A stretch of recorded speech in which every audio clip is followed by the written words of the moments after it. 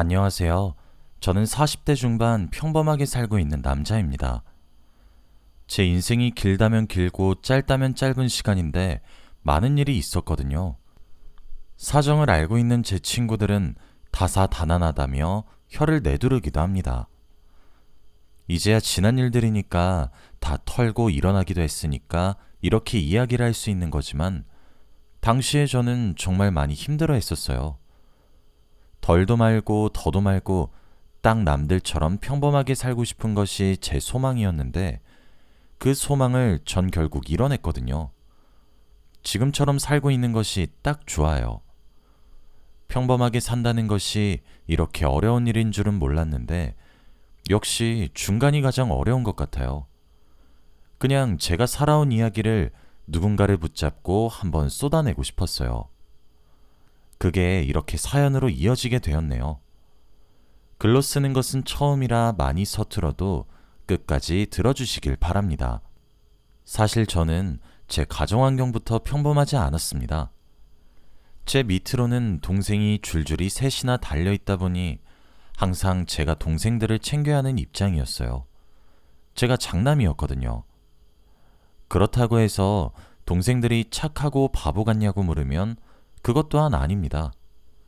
그리고 부모님들도 제겐 따뜻하고 자상하다기보다는 엄하셨고 지나치게 독선적이셨죠. 그래서 학창시절 내내 숨이 턱턱 막혔습니다. 그럼 집의 경제적인 부분은 여유로웠나? 그것도 아니었습니다. 가난이 가난을 낳았고 세 식구 먹고 살기도 바쁜 세상에 동생들까지 여섯 식구가 되어버리니 그나마 쥐꼬리같이 남아있던 한 줌의 여유조차 증발하고 말더군요. 엄마가 둘째를 임신했다고 얘기를 했을 때는 마냥 행복했었고 셋째를 임신했을 때는 거부감이 들기 시작했었고 막내를 임신했다는 얘기에 저는 이 집을 탈출하기로 마음을 먹었습니다. 그리고 그 마음을 먹었던 시기는 제가 15이 되던 해였어요. 저는 그 시절에 아주 뼈저리게 느끼게 되었죠. 꼭 성공해서 이렇게 지질이 궁상을 떨면서 살진 않겠다고요. 그 시절 저희 집은 동네에서 제일 가난했었지만 제게는 동네에서 가장 부잣집인 곳에 살고 있는 한 여자아이와 친한 친구였습니다. 국민학교 시절에 같은 반을 무려 5년 내내 했었거든요. 다른 기회였다면 그 아이와 저와 친해질 수 없었겠지만 아무래도 순수했던 어린 시절에는 서로의 형편을 재고 따지지 않으니 저와 그토록 친하게 지낼 수 있었던 거고 그렇게 세월이 점점 흘러가면서 둘도 없는 친한 사이가 된 거였죠. 그 여자아이는 제가 평생을 봐왔던 사람들 중에서 가장 반짝반짝 빛이 나던 사람이었습니다. 주위에는 항상 사람들이 넘쳐났고 아내의 성품조차 비단처럼 고왔어요. 그리고 그런 아이를 전 남몰래 좋아했었습니다. 하지만 감히 제가 고백할 생각은 들지 않더군요. 처지가 너무 극명하게 다른 것을 어렸을 때부터 어렴풋이 느끼고 있었거든요. 그 아이의 아버지는 항상 정장을 입고 다녔고 운전기사가 운전하는 자동차의 뒷좌석에 앉아서 출근하셨어요. 어머니도 항상 정장을 입고 다녔는데 손꼽히는 대학에서 학생들을 가르치는 교수셨죠. 저희 집 담벼락은 굳이 까치발을 들지 않아도 안에 누가 뭐하고 있는지 다 볼 수 있는 반면에 그 아이 집의 담벼락은 하늘 높은 줄 모르고 치솟아 있었죠. 정원도 있고 도우미 아주머니도 있고 오르지 못할 나무는 쳐다보지도 말라는 말이 있죠. 제게 그 아이가 딱 그런 느낌이었습니다. 저는 제 분수를 너무너무 잘 알고 있었거든요. 그리고 그 아이와 친한 친구란 사실에도 전 만족하고 있었고요. 제가 저희 집 때문에 스트레스를 받는 날이면 어김없이 그 아이와 만났어요. 경사처럼 좋은 일도 아닌데 제 이야기를 전부 다 알고 있는 사람은 그 여자아이뿐이었거든요. 그런데 어느 순간부터 전 그 아이를 만나면 두 가지의 마음이 공존하기 시작했어요. 제 이야기를 묵묵히 들어주며 진심 어린 위로를 건네는 아이를 향해 점점 커져가는 좋아하는 마음과 저와 처지가 달라 부유하고 화목한 가정에서 자라고 있는 여자아이를 향한 시기와 질투하는 마음이 말이에요. 그 아이를 만날 때마다 많은 위로를 받았지만 그만큼 다른 환경에 상처도 받게 되었어요. 저희 아버지는 알코올 중독이셨고 노가다를 통해 하루 벌어 하루 먹고 살았으며 저희 어머니 또한 식당에서 설거지를 하면서 돈을 버셨죠. 솔직히 전 부모님 원망 정말 많이 했습니다. 제게 희생을 강요하는 부모님이 너무 싫었어요. 장남이 되고 싶어서 되나요? 그리고 아이를 제가 만든 건가요? 아이를 돌보는 것은 부모의 책임인데 부모님은 그 역할을 제게 자꾸 미루셨죠. 한창 질풍노도의 사춘기 시절을 보내던 저는 엄마한테 대들었습니다. 이렇게 지지리 궁상 떨면서 살 거면 날 왜 낳았어? 동생들은 왜 낳았냐고. 줄줄이 소세지도 아니고 가난한 형편의 애는 왜 넷씩이나 낳은 거야? 나 이번 주에 엄마 얼굴 처음 봐. 내가 왜 동생들만 돌보면서 치여 살아야 하는 거야? 책임도 제대로 지지 못할 거면서 내가 불쌍하지도 않아? 맨날 김치 올려 김에 밥 싸먹는 것도 지치고 그딴 건 먹기 싫다고 투정 부리면서 우는 동생? 이젠 꼴도 보기 싫다고. 지긋지긋해. 진절머리 난단 말이야. 그때 엄마는 제 뺨을 철썩 때리시더군요. 시끄러. 너만 지긋지긋한 줄 아니? 나도 지긋지긋해. 이게 어디서 배워먹은 버르장머리야? 싸가지 없이. 찬수야, 엄마도 힘들어. 너무 힘들고 지긋지긋해. 그런데 어쩌니? 이미 태어난 동생들을 어디 가져다 버리니? 어떻게든 먹여 살려야 될 것 아니야. 나도 너희를 위해서 새벽 내내 다리 퉁퉁 부어가며 온종일 서 있다가 설거지까지 하고 쥐꼬리만한 돈 받아서 집으로 돌아와. 장남인 네가 잘 알잖아. 네가 도와주지 않으면 이 엄마를 대체 누가 도와주니? 정말 끔찍했어요. 그리고 저는 그때 독립을 결심했습니다. 하지만 독립을 하기 위해선 돈이 필요했고 돈을 벌기 위해서는 일을 해야 했어요. 일을 하기 위해서는 성공을 해야 했고 성공을 하기 위해서는 공부를 해야 했죠. 저희 형편의 사교육은 꿈도 꾸지 못했고 그저 제가 할 수 있는 공부는 교과서를 읽고 또 읽는 것들이 전부였죠. 그래서 저는 남들보다 더욱 노력했습니다. 더 악착같이 매달렸고 더 냉정하고 매정해졌습니다. 동생들의 투정도 더는 받아주지 않았고 엄하게 화를 내기도 하면서 최소한의 돌봄만 해주었고 그 부분을 제외하고는 제 공부에만 몰두했어요. 제게 도움을 준 사람은 다름 아닌 앞서 말한 여자아이였습니다. 그 아이는 집에서 쪽집게 과외 선생님께 과외를 받고 요점 정리를 받고 그랬었는데 아무런 대가 없이 그걸 제게도 한 부 더 복사해서 나눠주었거든요. 전 염치 없이 그걸 받아 챙겼습니다. 고마워하면서요. 다행히 저와 제게 많은 도움을 준 부잣집 아가씨 소연이는 한국에서 세 손가락에 꼽히는 명문대에 입학할 수 있었습니다. 저는 국립대였고 소연이는 사립대였죠. 정말 뛸 듯이 기뻤어요. 저는 한국에서 제일 좋은 대학교에 갔거든요. 악착같이 노력했던 나날들이 헛되지 않았구나.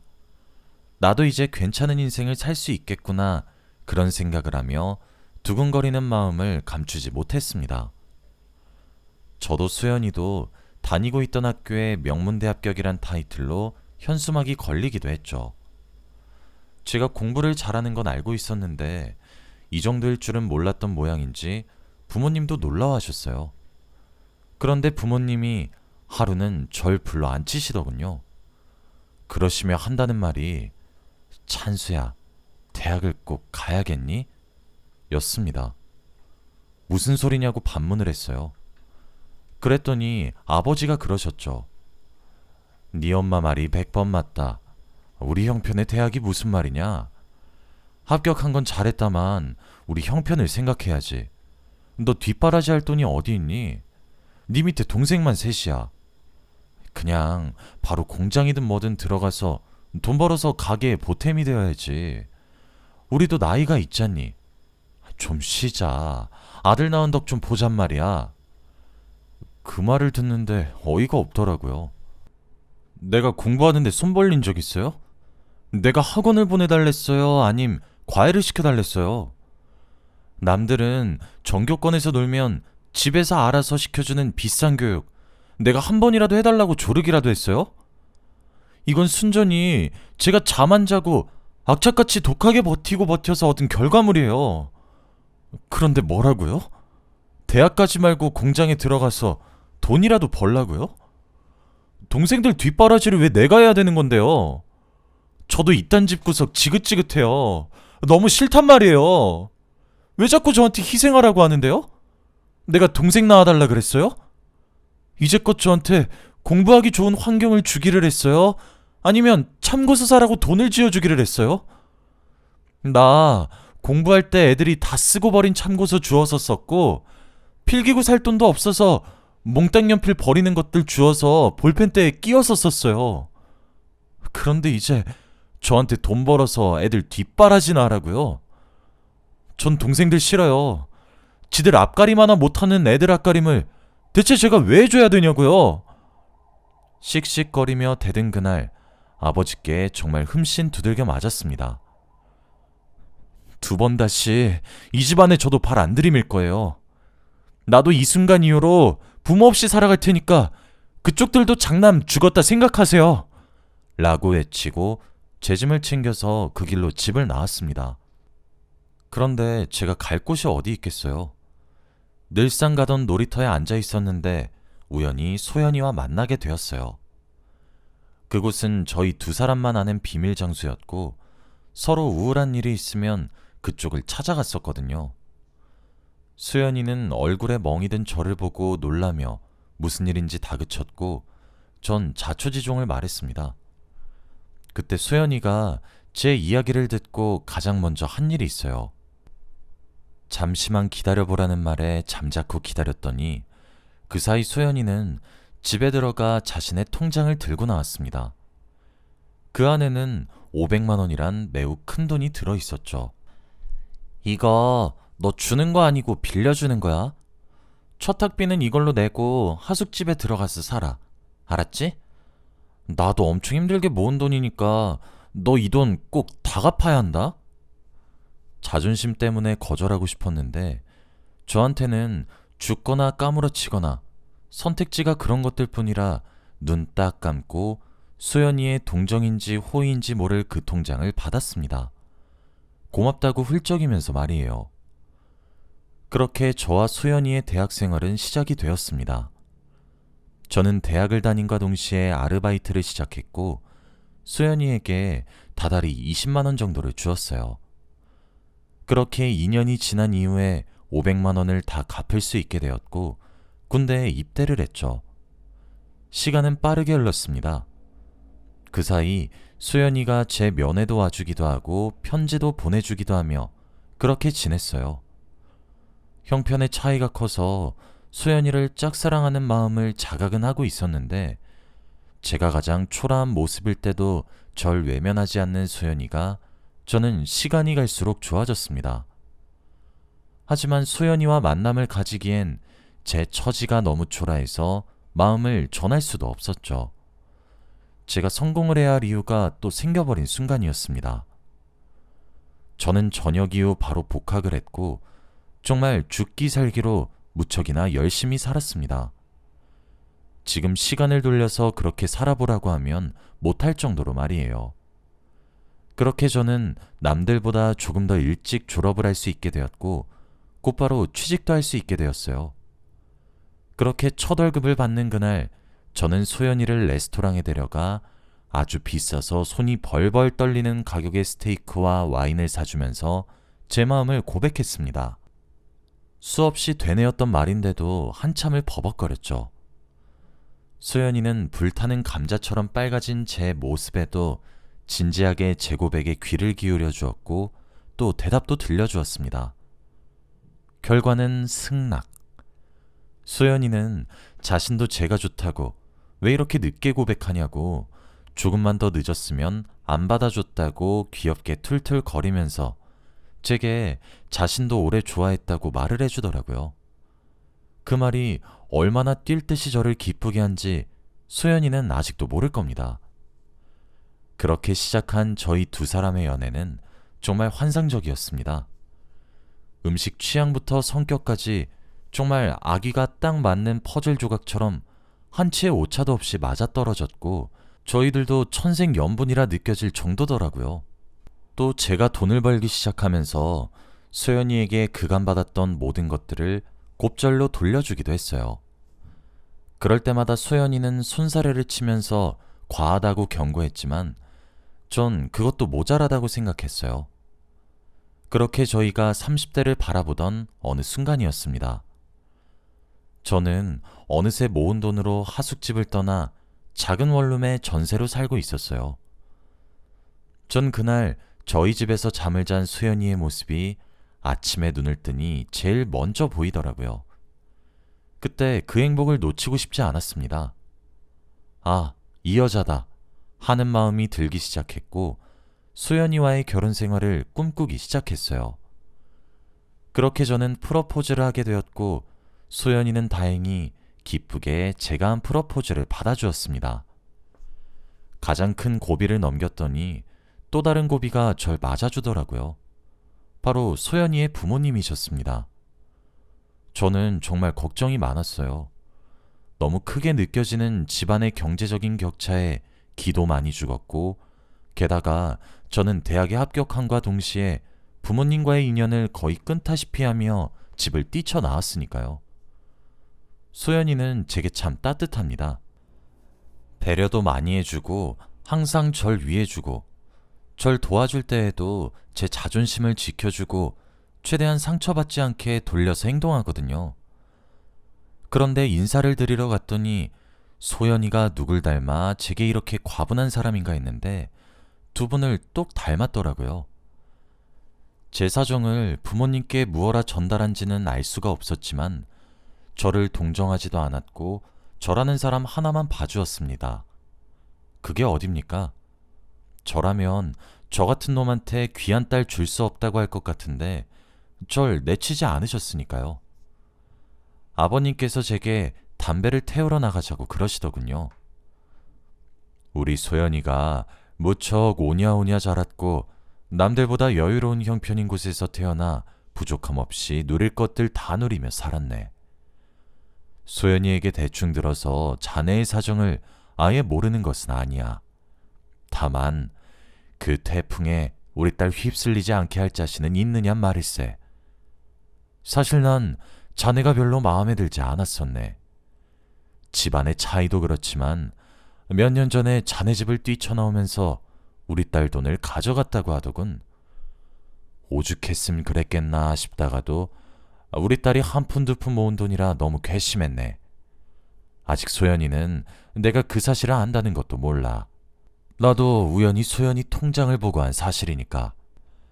그런데 나중에 소연이가 결혼할 사람 소개시킨다고 데려오겠다고 하며 자네 사정을 대충 말해주는데 자네 그동안 참 잘 버텼다 싶었다네.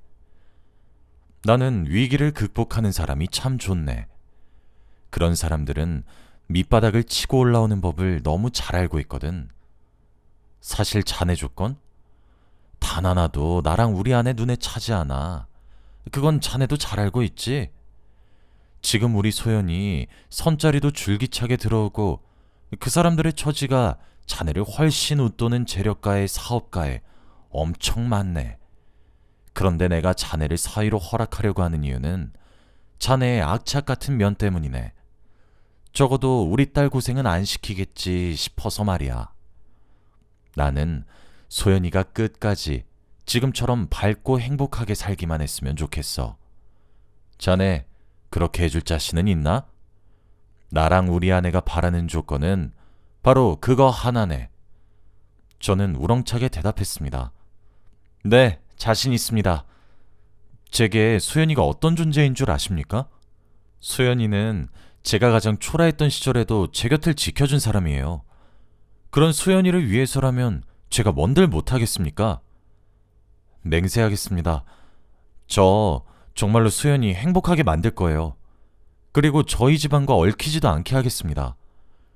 아버님도 싫겠지만 누구보다 제가 귀한 수연이를 저희 집안 사람들과 얽히게 하고 싶지 않습니다. 전 낳아줬다고 부모가 아니라고 생각해요. 사랑을 듬뿍 줘야 부모라고 생각하거든요. 수연이에게 시댁은 없는 것과 마찬가지로 하겠습니다. 절 믿어주세요. 아버님은 한참이나 고민을 하는 듯한 표정을 지으며 담배를 피시다가 저와 수연이의 결혼을 허락해 주셨습니다. 물론 수연이를 행복하게 만들어주라는 신신당부와 함께 말이죠. 그렇게 저와 수연이는 결혼을 하게 되었습니다. 꿈만 같은 생활이 계속되었고 지금은 수연이를 똑 닮은 딸아이 둘을 키우고 있습니다. 제 인생의 대부분을 함께한 이 여자를 지금까지도 진심으로 사랑하고 있어요. 이젠 아내가 된 소연이는 육아도 척척 잘하고 있습니다. 그래서 저희 딸들도 사랑을 많이 받고 자라서 그런지 너무 착하고 예쁘고 바르게 자라고 있어요.